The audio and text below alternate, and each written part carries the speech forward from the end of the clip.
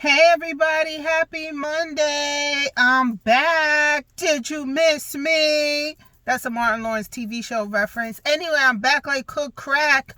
I took a week off from work and from my video journaling to play RN/CNA/home health aide to my mama.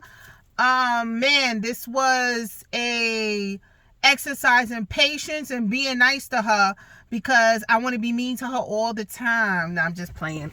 Took care of my mama for the week and was the twins' primary parent because my husband was like short-staffed. So, whew, I am not tired. I am fatigued. I suffer from chronic fatigue, which is different than tired.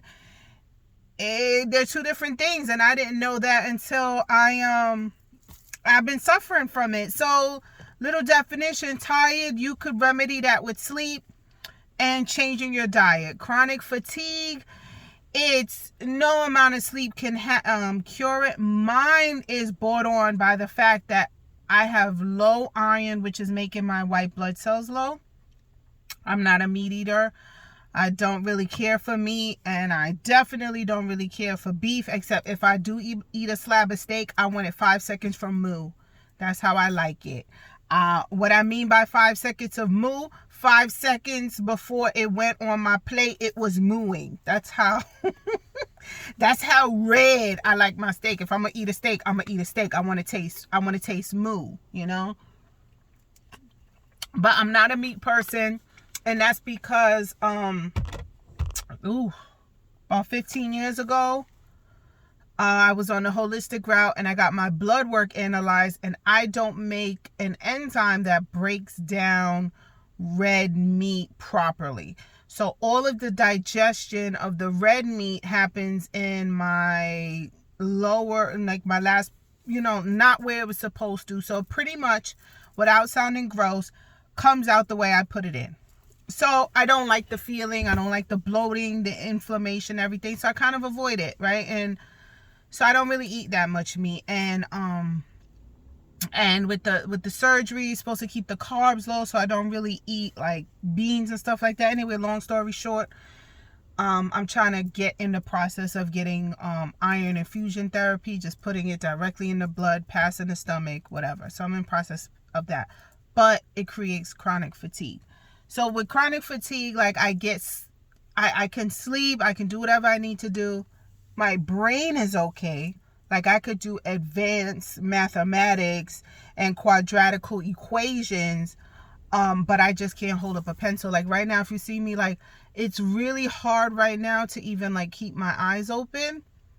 But I could, I'm raring to go. Like my energy in my mind is 100%, but my body is really, really fatigued. But anyway, so it's something I'm working on. I'm a work in progress. I'm giving y'all faux cleavage with my little shirt right here. Faux, right? You think you're getting some cleavage, but you ain't.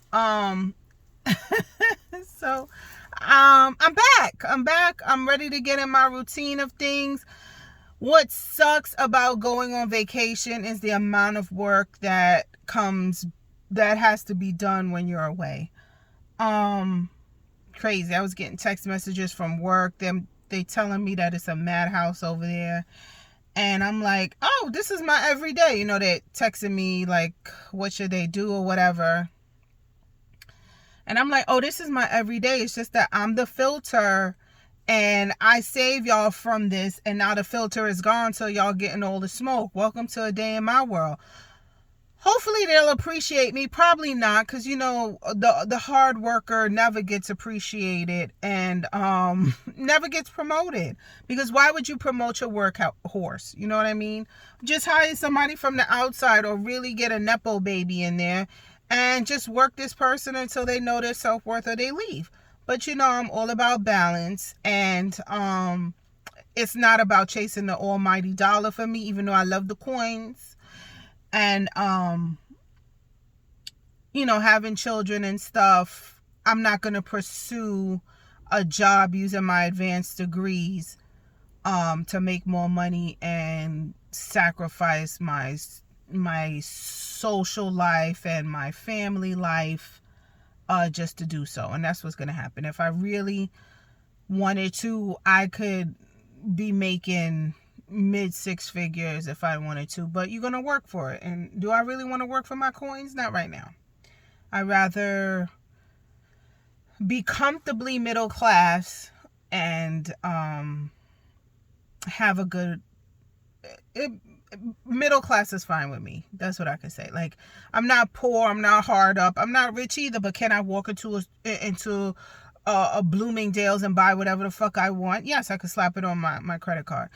Could I walk into a car dealership with my credit card and my checkbook and drive out with the most expensive car on the lot? Absolutely. Now, we ain't talking foreigns, but can I walk into Tesla and buy the most expensive car they have? Yes. Can I walk into Ford and buy the most expensive car they have? Yes. And make those payments? Yes.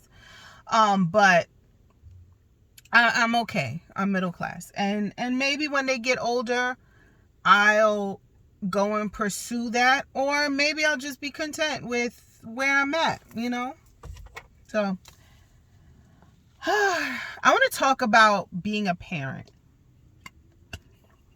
While I got to spend lots of time with my mama, which we haven't spent this much time together since I was living with her, my 20s, early 20s, because I left mid-20s.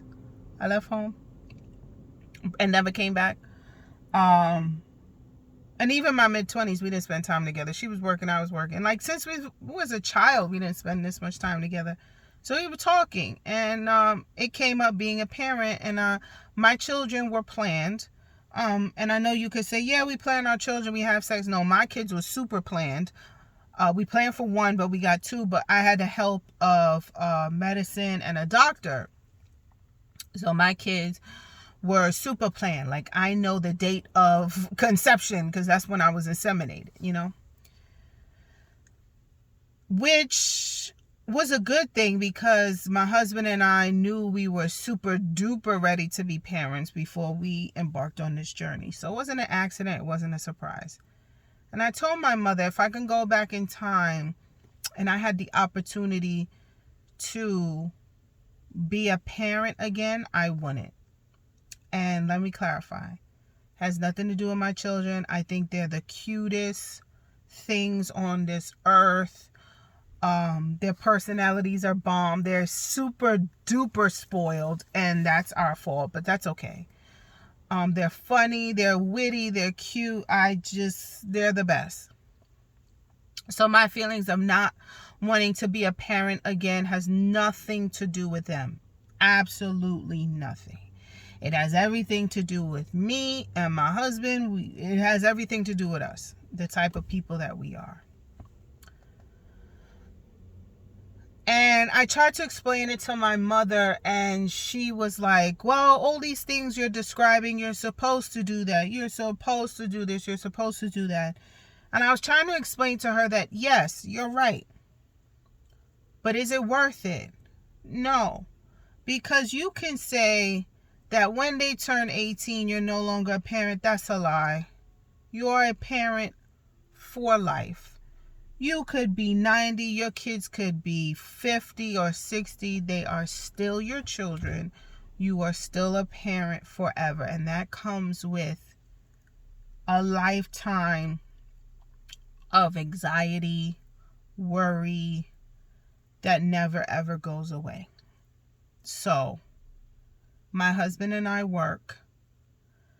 Our children throughout the day are majority of the day away from us. They go to school, they go to after school, and they come home. They might spend some time with my mother, and then they're home with us for a shit shower and a shave. Toddler version, dinner, bath, teeth, bed. You know what I mean? So what I mean by that is they are in constant contact with people who I don't know. Thanks to COVID and everything, I have physically met their teachers one time. I never met their teachers before sending my children to their school. I didn't get to go inside the school. I didn't get to check anything. It was basically all remote. I got to see a remote video of their classroom, a video meeting with their teachers. I don't know who they are. I never met any of the other children in the classroom. I never met the aides. I never met the lunch attendants. I never met the security. And I say this to say that they are around people who I don't know, equaling worrying. My kids are 4. I don't know if this means anything, but every day when I give my children a bath, I'm checking for signs of abuse. I don't know if that's normal or not, but I have a psychology degree, early childhood development. I have a KSAC. I'm a mandated reporter. I'm not dumb. The one and only time I did jury duty was a child pornography case. And it was very explicit because they had to show us the videos of what this person was watching. And not to be graphic, but we were offered therapy services after jury duty. And I did a couple of them, and then I realized I was okay.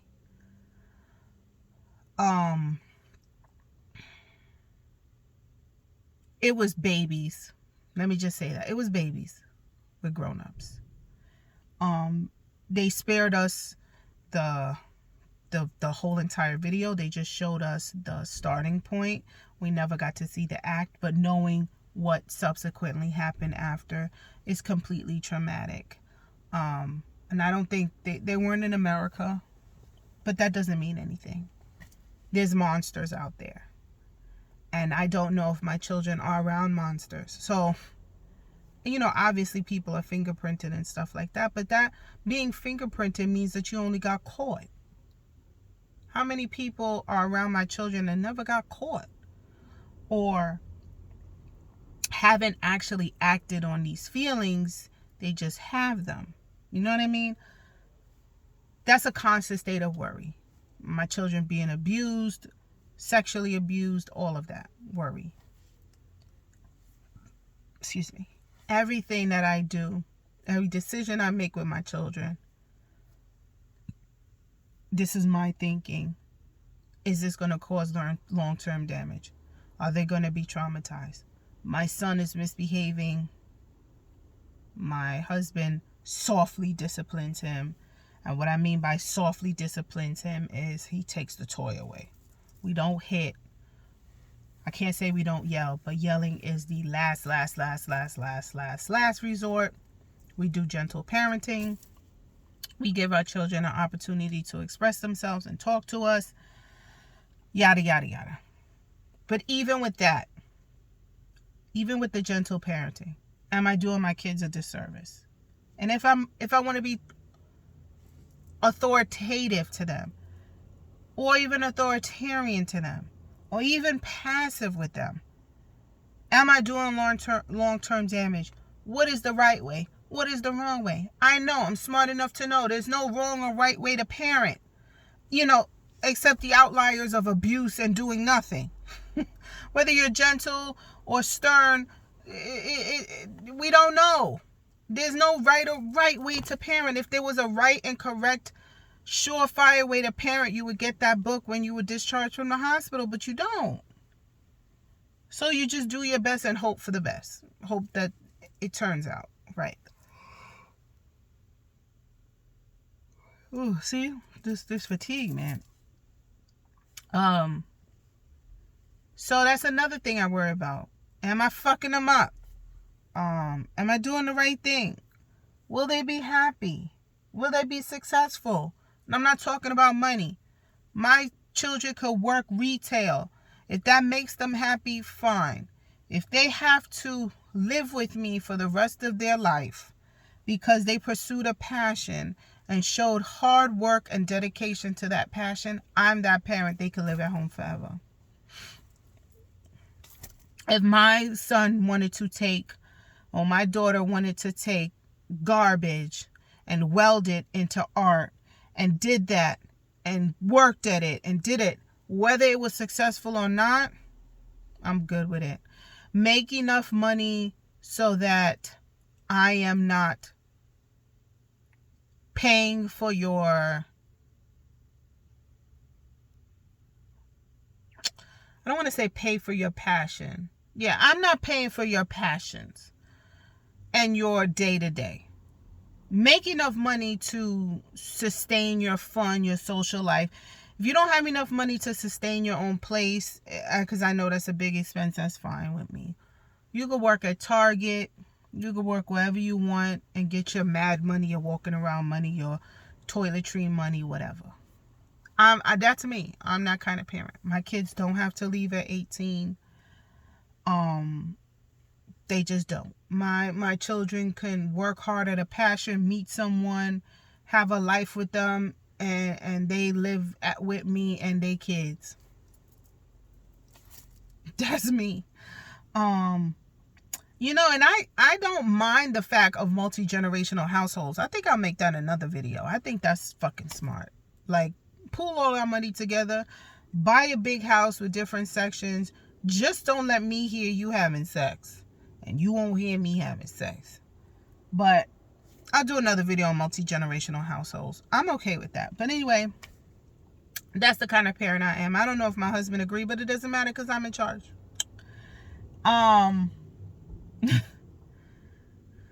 So back to why I wouldn't choose to be a parent again. All of that weighs on me, and it's not lost on me that this could be why I have the problems I have mentally. The anxiety, the intrusive thoughts that I have. Like, I constantly think about dying. I don't fear death. I'm not scared of death. I think about what happens after I die.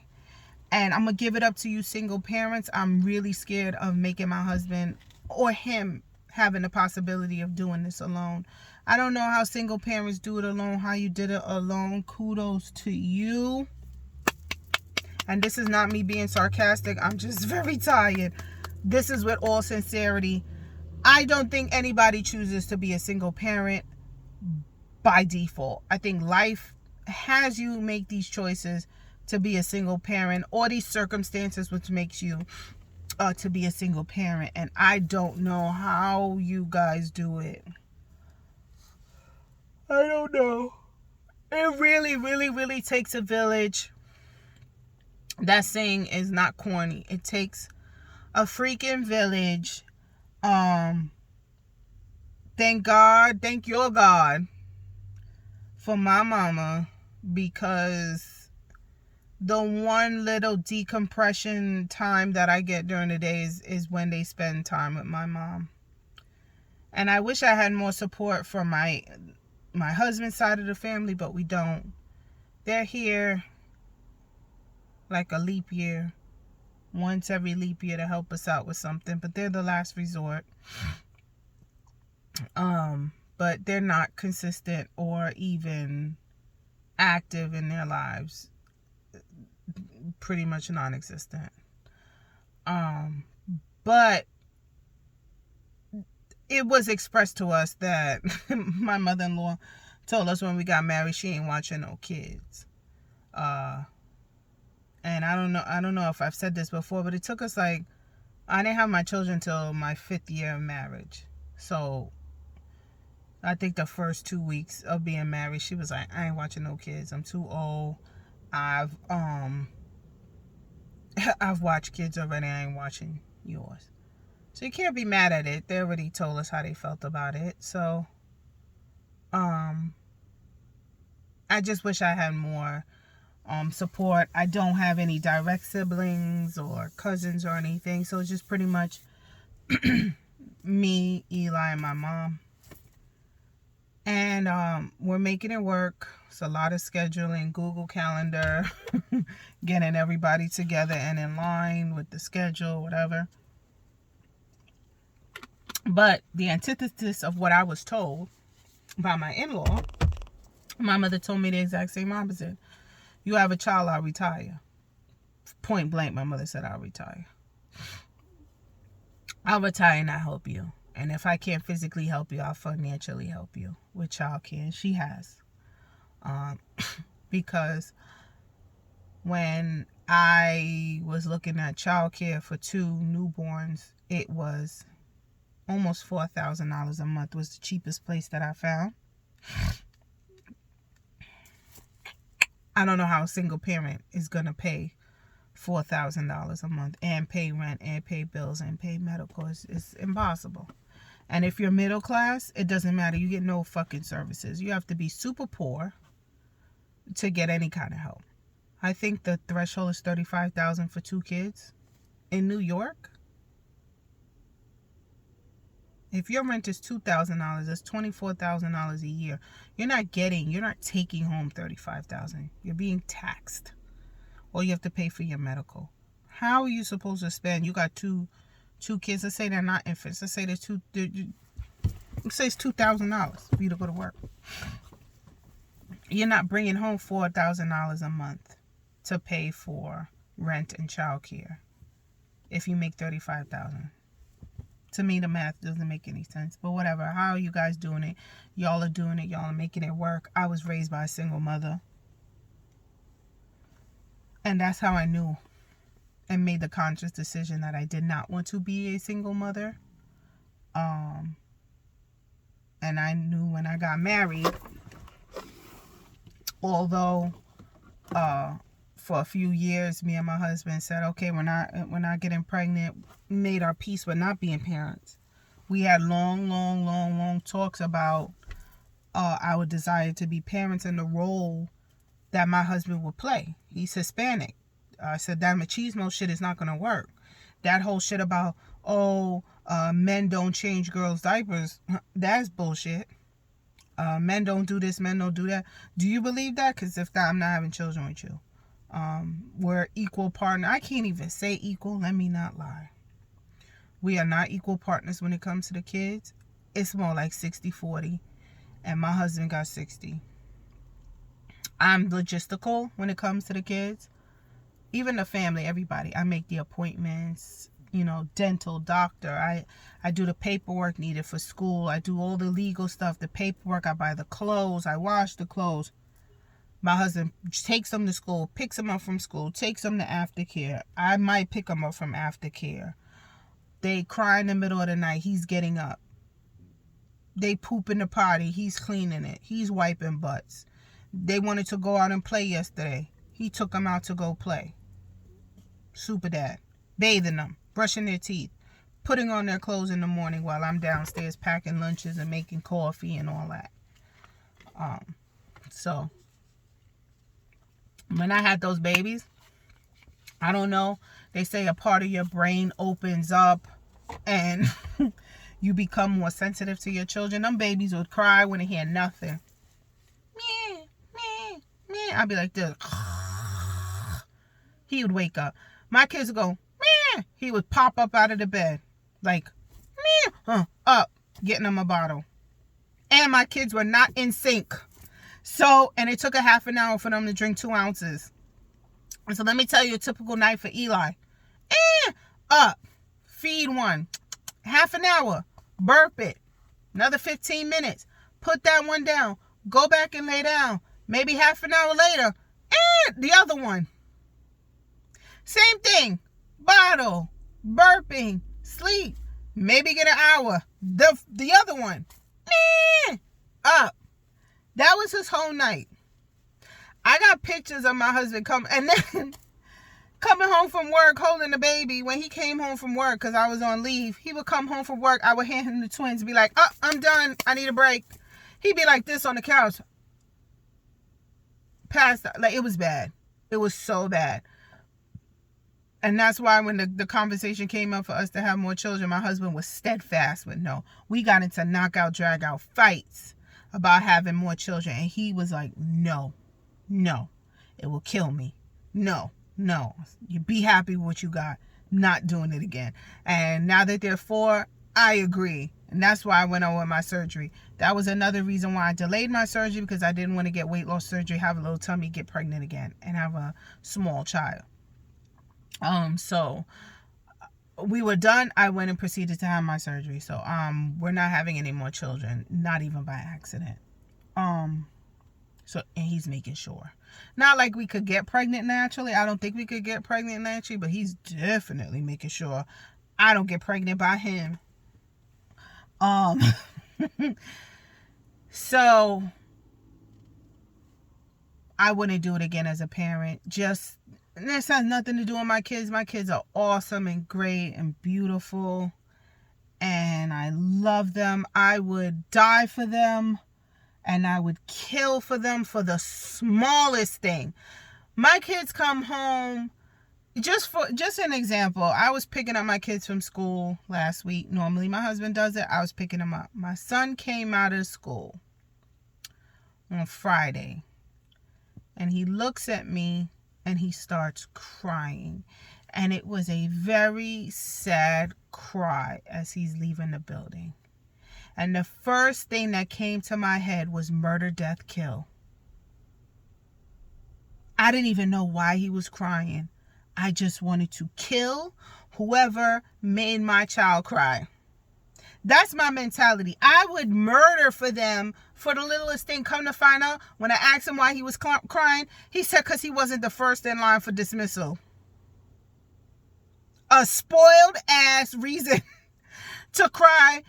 He didn't get ready first, so he couldn't be in the first in line. That's why he was crying. My son thinks he's Sonic and he's fast at everything. So normally he's the first one to put on his shoes and his coat. So he's the first one in line. Friday he got beat, and that's why he was crying. But in my head, I was going to blow up the whole fucking school. So I would kill for them for the smallest of infractions.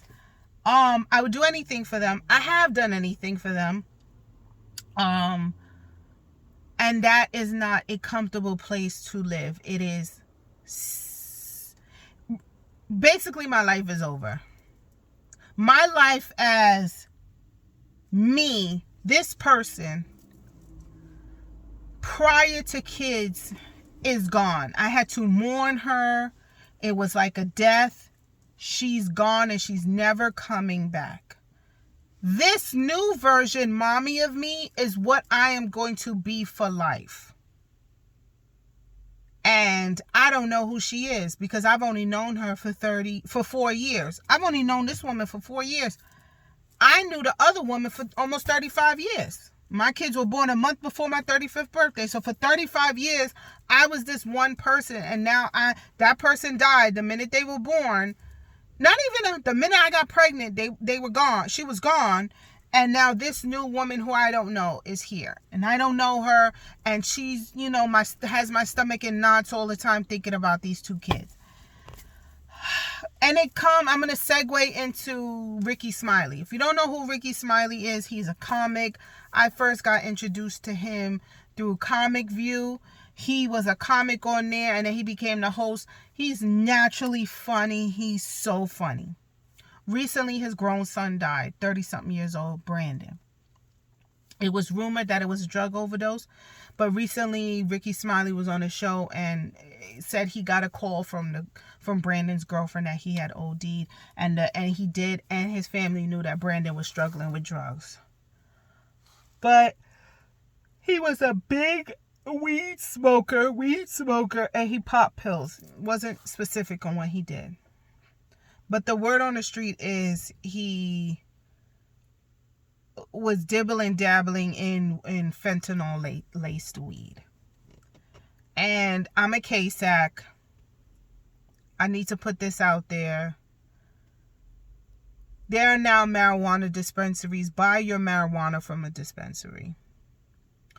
Because these street pharmacists are lacing the marijuana with weed so it becomes more addictive, and that you'll buy from them and not the dispensary. Yes, it is more expensive at the dispensary because now it's regulated, taxed, insured, whatever. But the dispensary is a more regulated place to buy it from. There's consequences if that dispensary, which is on the government's radar, sells fentanyl laced weed.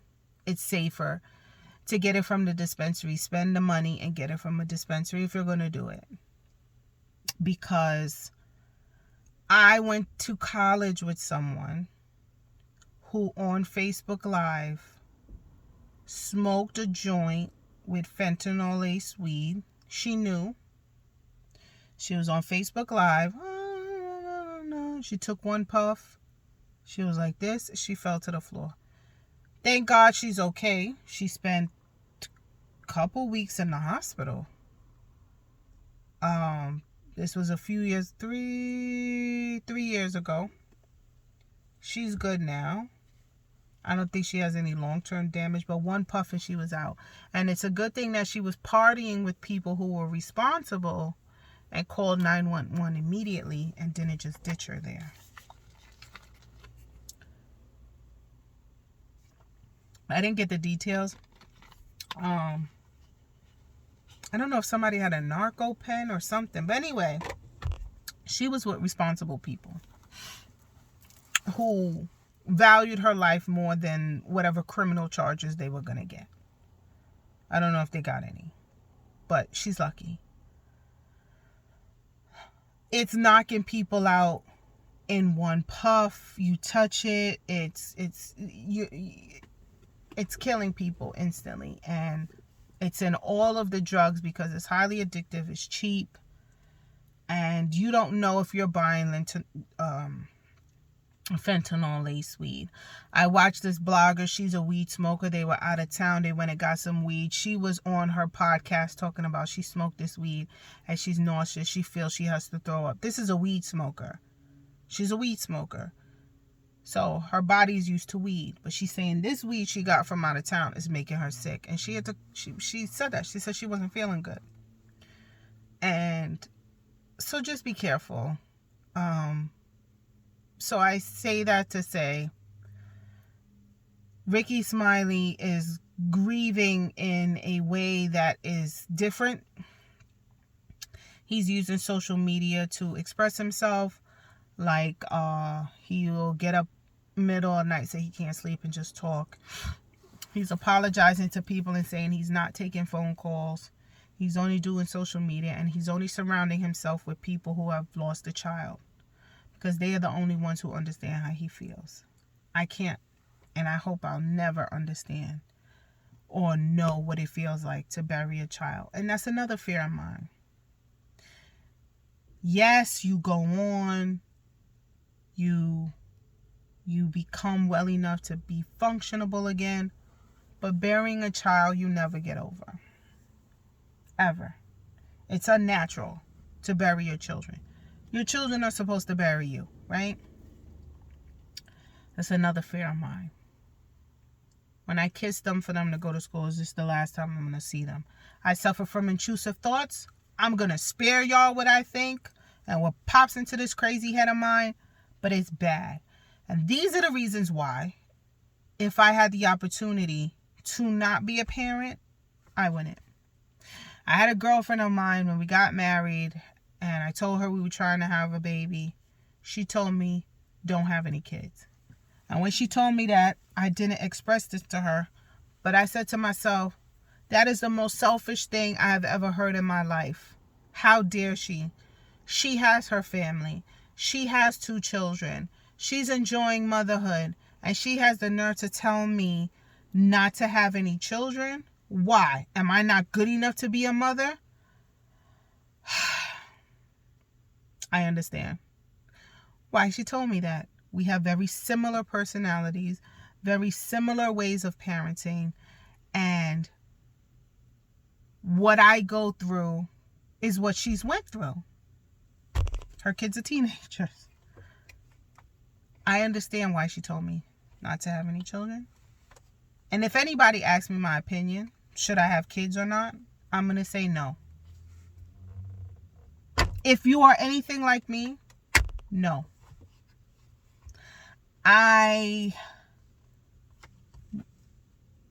It is not a fun place to live in when you're 24/7 worrying about the future of your children and what's going to happen to them in a world where you have people like Ron DeSantis Roe v. Wade being overturned.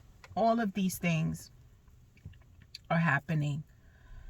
And there's going to be a point in time where I cannot protect them from the world. Like right now, I have them in a bubble, a mommy bubble. But that bubble's not going to last forever. My daughter wants to be a police officer. She loves dressing up like a police officer, saying hi to police officers. She's told me she wants to be a police officer.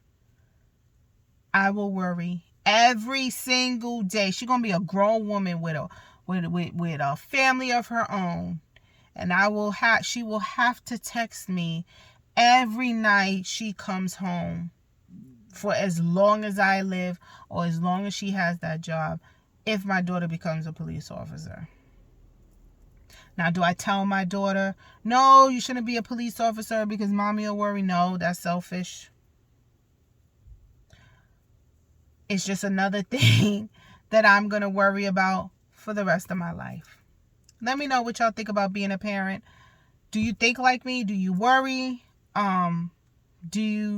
If you believe in God, do you put all of your worry and stuff, you don't have that because of your faith? Maybe I feel this way because I don't believe in a God and I don't believe in, this ethereal protection from your God. Maybe I feel this way because I'm an atheist and I don't have that comfort and faith. Let me know what y'all think. I don't recommend kids. Not because of the kids. Because of the world. If the world was different, it would be okay. But it's getting worse. We're going to be like the Handmaid's Tale soon. That's where we're going. All right, bye.